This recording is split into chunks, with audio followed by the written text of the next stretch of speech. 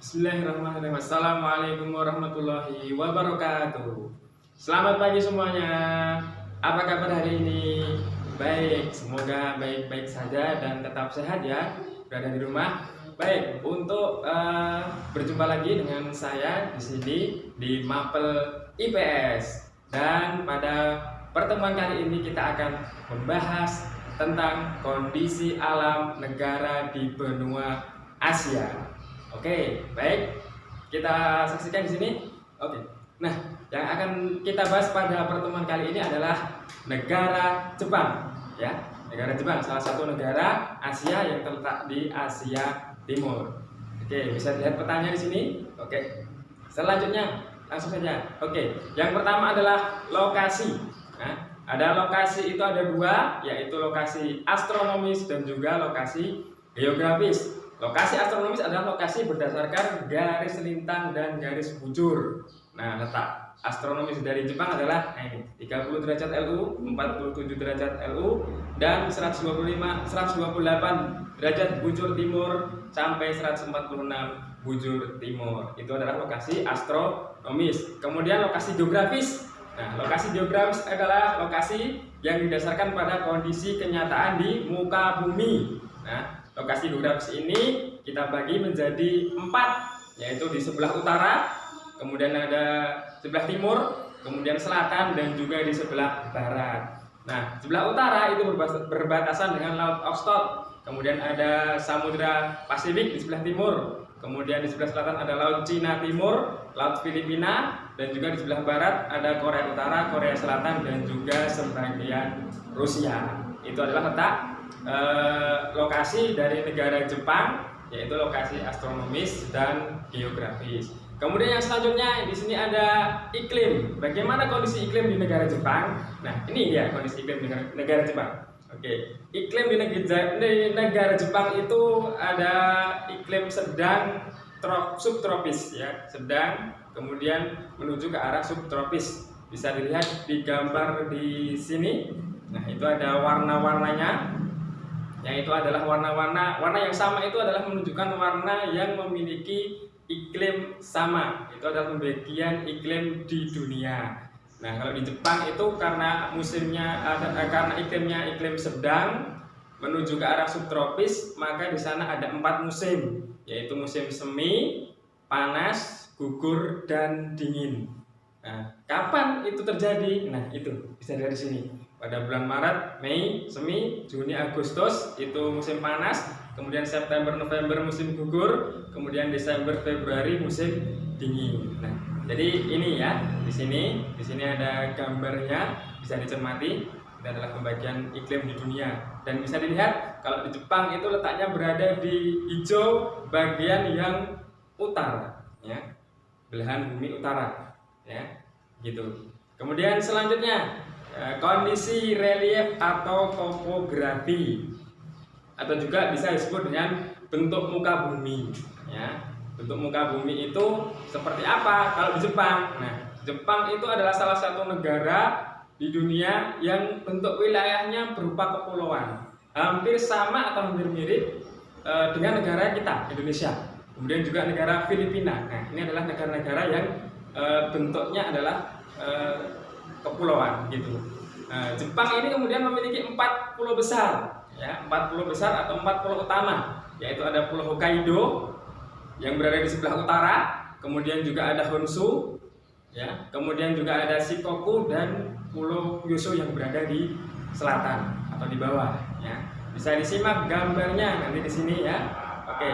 Kemudian relief atau topografi atau bentuk muka bumi di Jepang itu 70-80% wilayahnya adalah pegunungan, ya.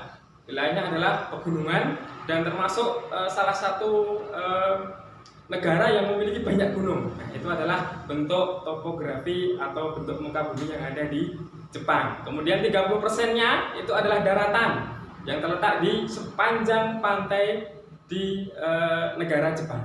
Itu adalah bentuk relief atau topografi secara umum di Jepang. Kemudian selanjutnya, nah ini kondisi geologis. Ya, kondisi geologis itu adalah kondisi berdasarkan susunan batuan litosfer ataupun tanah yang berada di negara Jepang. Ya, untuk susunan geologisnya, nah ini Jepang itu terletak di bagian barat Samudra Pasifik, ya, yang termasuk memiliki gunung banyak, ya, merupakan jalur cincin api atau ring of fire, gunung api dunia. Bisa disimak gambarnya di sini. Jadi warna merah itu adalah ring of fire, jalur cincin api gunung dunia. Dan di situ banyak sekali gunung-gunung yang aktif di dunia dan termasuk Indonesia. Ya, bisa dilihat di warna di peta, di warna yang merah itu adalah salah satu cincin api atau ring of fire. Jadi di situ deretan gunung api dunia yang memiliki sejarah letusan yang besar di dunia. Oke, kemudian yang selanjutnya, ini terdapat sekitar 192 gunung api di Jepang, ya, dan memiliki titik tertinggi yaitu Gunung Fujiyama. Tentu sudah hafal ya kalau Jepang itu Gunung Fujiyama. Ya, di kartun sering diceritakan, di Doraemon ataupun di kartun-kartun yang lain itu sering sekali disebutkan bahwa Gunung Fujiyama, ya, ini memiliki tinggi 3.776 meter, ya, di atas permukaan laut. Kemudian Jepang itu juga terletak pada perbatasan lempeng. Lempeng apa? Yaitu lempeng benua Asia dan juga lempeng Samudra Pasifik. Ya, jadi lempeng benua Asia, ya, kemudian lempeng Samudra Pasifik. Massa jenis Samudra Pasifik atau lempeng samudra itu lebih berat daripada massa jenis benua atau lempeng benua Asia, sehingga terjadi tumbukan. Ya, di sini itu terjadi tumbukan yang di bawah itu adalah lempeng samudra sehingga menumbuk ke lempeng benua. Nah, ini sehingga menimbulkan apa? Banyak gempa. Ya, di Jepang itu banyak gempa. Hampir sama kondisinya juga di Indonesia, sama kan? Di Indonesia juga terjadi banyak gempa, banyak gunung api, banyak gempa. Ya, ini. Kemudian di Jepang selanjutnya memiliki sumber daya alam mineral terbatas. Banyak gunung api tetapi sumber daya mineralnya terbatas, ya, ini di Jepang. Karena Jepang itu nanti fokusnya mereka itu di industri dan elektronik. Ya, gitu. Kemudian selanjutnya, nah, yang kelima yaitu adalah flora dan fauna. Bagaimana kondisi flora dan fauna di negara Jepang? Nah, di negara Jepang itu 67%, ya, wilayah Jepang merupakan hutan. Padahal kita kadang sering dilihat di film atau di sinetron, nggak ada ya sinetron, ya, di film-film Jepang gitu atau di kartun-kartun Jepang itu yang di-shoot itu biasanya adalah perkotaan. Ya, padahal 67% wilayahnya adalah hutan. Nah, beberapa tumbuhan yang dapat dijumpai yaitu, ya, bisa dilihat di sini ada bambu, kemudian ada bunga yang sangat terkenal dari Jepang yaitu bunga sakura, kemudian ada birch. Apa itu birch? Sejenis pohon berkayu. Ya. Seperti apa? Ya, silahkan bisa dilihat gambar itu, ada sebelah kanan dan sebelah kiri, kemudian ada sebelah tengah itu nanti ada flora faunanya, ya. Ada popler, bunga gugur. Nah, itu di sebelah kanan dan sebelah kiri bisa dilihat, ini salah satu jenisnya. Nanti silahkan kalian bisa search di Google, banyak sekali, ya. Silahkan nanti bisa dilihat. Kemudian beberapa jenis fauna. Fauna itu hewan, ya. Kalau flora itu tumbuh-tumbuhan, kalau fauna itu hewan. Nah, fauna itu ada babi hutan, kemudian ada monyet, serigala, dan juga rusa. Itu adalah kondisi flora dan fauna di negara Jepang. Kemudian selanjutnya ini yang terakhir, yang kelima, yaitu tentang penduduk. Jadi penduduk di Jepang itu jumlah penduduknya sekitar 124,7 juta jiwa, itu tahun 2019. Dan di Jepang itu mengalami penurunan penduduk sekitar 1 juta jiwa per tahun, ya, mengalami penurunan penduduk. Mengapa? Karena di sana angka kelahirannya kecil, kemudian migrasi atau perpindahannya juga rendah.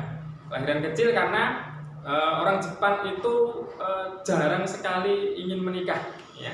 Jarang sekali ingin menikah, mereka lebih memfokuskan diri pada karir, sehingga nikah diabaikan. Sehingga di sana pertumbuhan penduduknya sangat kecil, sehingga semakin tahun itu pertumbuhan penduduk tidak meningkat, tidak bertambah, tetapi malah justru semakin berkurang. Itu kondisi penduduk di sana. Dan bahkan di sana atau di Jepang itu orang yang menikah itu akan dibiayai.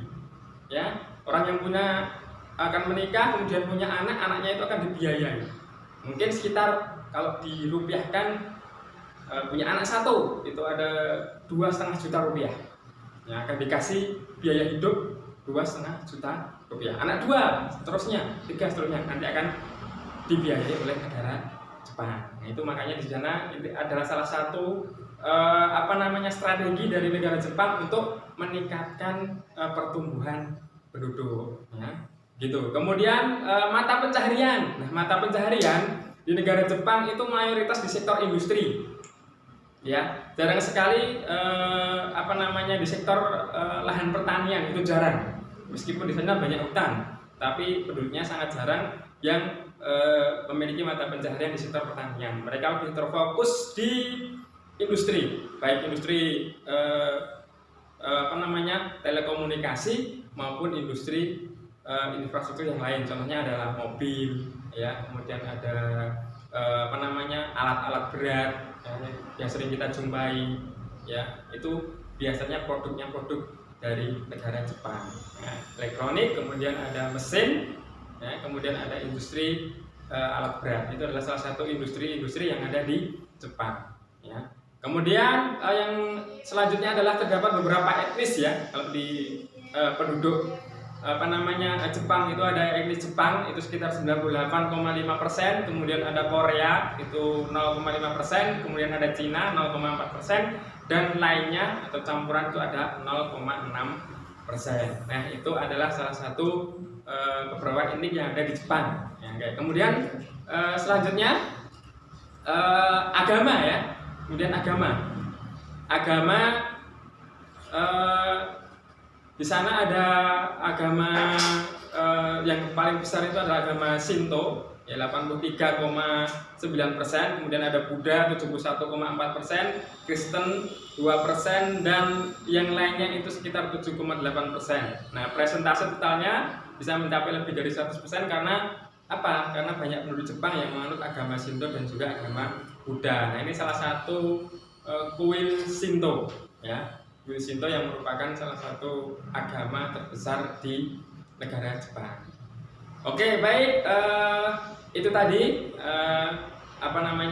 kondisi alam benua-benua di dunia. Salah satunya adalah benua Asia, dan kita masuk ke negara Jepang setelah kemarin itu adalah negara Indonesia, sekarang negara Jepang. Nah, seperti itu tadi.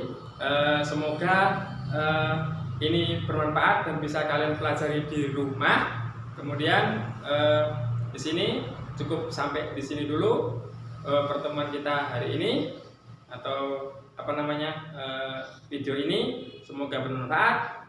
Assalamualaikum warahmatullahi wabarakatuh.